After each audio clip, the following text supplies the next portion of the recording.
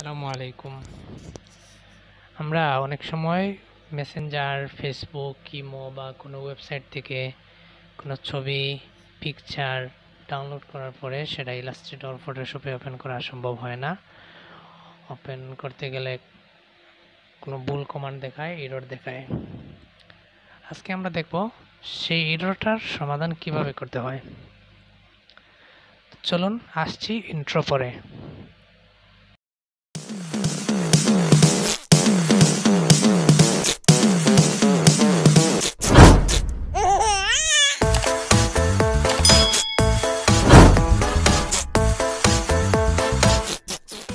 প্রথমে আমরা ইলাস্ট্রেটরে ওপেন করব। তার জন্য প্লেস থেকে প্লেস করে দেখব প্লেস হয় কিনা। হ্যাঁ, প্লেস হচ্ছে না, ভুল দেখাচ্ছে। এবার ওপেন করতে যাব।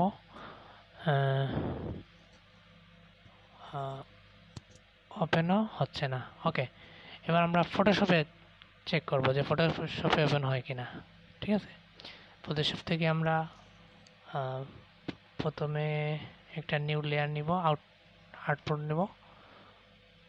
হ্যাঁ, সেটার উপরে চেষ্টা করব প্লেস করার বা ওপেন করার। ওপেন করি।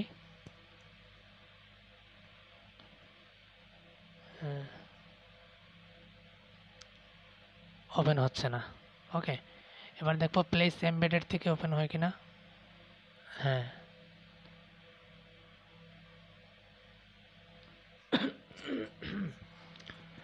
হ্যাঁ, ওপেন হয় নাই।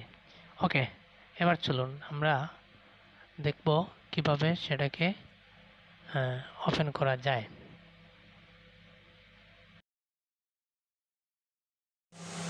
তার জন্য আমরা চলে যাব ফটোশপের প্রিফারেন্সটা হচ্ছে এডিট ট্যাব থেকে।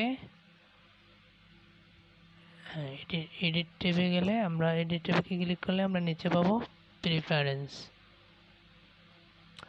হ্যাঁ, প্রিফারেন্স পরে আরও অনেকগুলো ট্যাব আসবে, সেখান থেকে আমরা যাব ক্যামেরা রোতে আসার পরে একদম নিচে এসে দেখব জেপিজি এবং টিআইএফএফ হ্যান্ডিং। সেখান থেকে আমরা জেপিজি ফরম্যাট দিয়ে দেবো automatically open all supported JPG, এবং টিআইএফএফও ঠিক একইভাবে, দেন ওকে করে দেব। এবার আমরা আমাদের কাঙ্ক্ষিত ছবিটি ওপেন করব।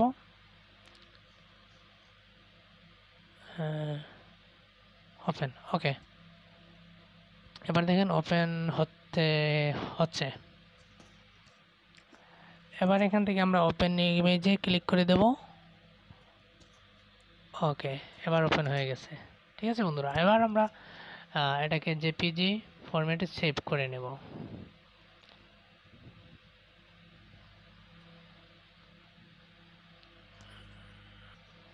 সেভ করার জন্য আমরা ফাইল মেনু থেকে সেভ এজে যাব। সেভ এজ থেকে এবং সেভ এজ টাইপ থেকে ক্লিক করে আমরা জেপিজি সিলেক্ট করে দিয়ে সেভ করে দেব। হ্যাঁ, এবার আমরা এটা ইলাস্ট্রেটরে ওপেন করব। এটা ওপেন হবে। আমি সাধারণত ড্র্যাগ করে এনে ছেড়ে দিচ্ছি। এইটা আমরা সেভ করেছিলাম, এটা ড্র্যাগ করে ছেড়ে দিলাম। ওকে।